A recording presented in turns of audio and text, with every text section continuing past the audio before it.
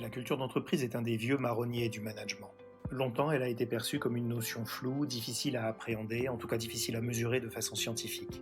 Parfois mise en avant ou invoquée de manière symbolique, faisait rarement l'objet d'une mise en œuvre systématique.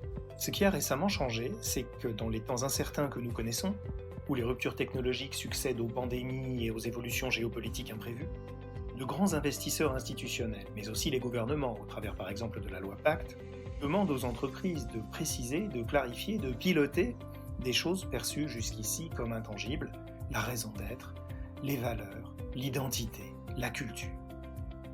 Or, elles ne se décrètent pas. On peut afficher au mur toutes les chartes que l'on veut. Si l'on ne mesure pas la culture effective, si on n'accompagne pas les gens dans la prise de conscience de la marche à franchir, des comportements qui sont les leurs, on n'arrivera à rien. Bien sûr, il existe plusieurs modèles de culture d'entreprise.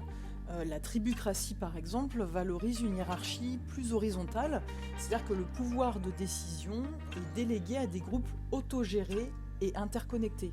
Ce sont ces groupes qui décident des moyens pour atteindre les objectifs qui sont, eux, fixés par l'entreprise.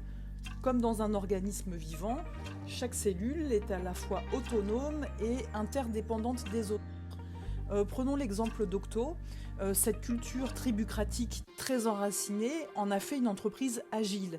Et c'est cette culture-là même qui est considérée comme un actif immatériel. Au point que, même après son rachat par un grand groupe de conseil international, dont la culture est très différente, Octo a pu conserver ce mode de fonctionnement tribal.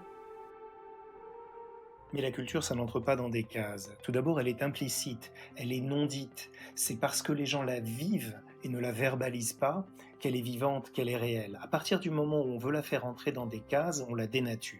Elle est aussi fugace, elle évolue en permanence, elle est fragile. Le fait même de la regarder, de l'étudier, déjà l'altère.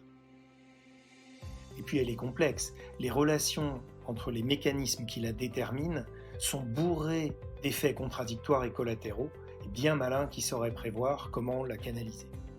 Mais nous, cette matière vivante, polymorphe, paradoxale, on est très à l'aise avec elle. En alliant la sémantique, l'anthropologie et le management, on est capable de vous aider à la domestiquer.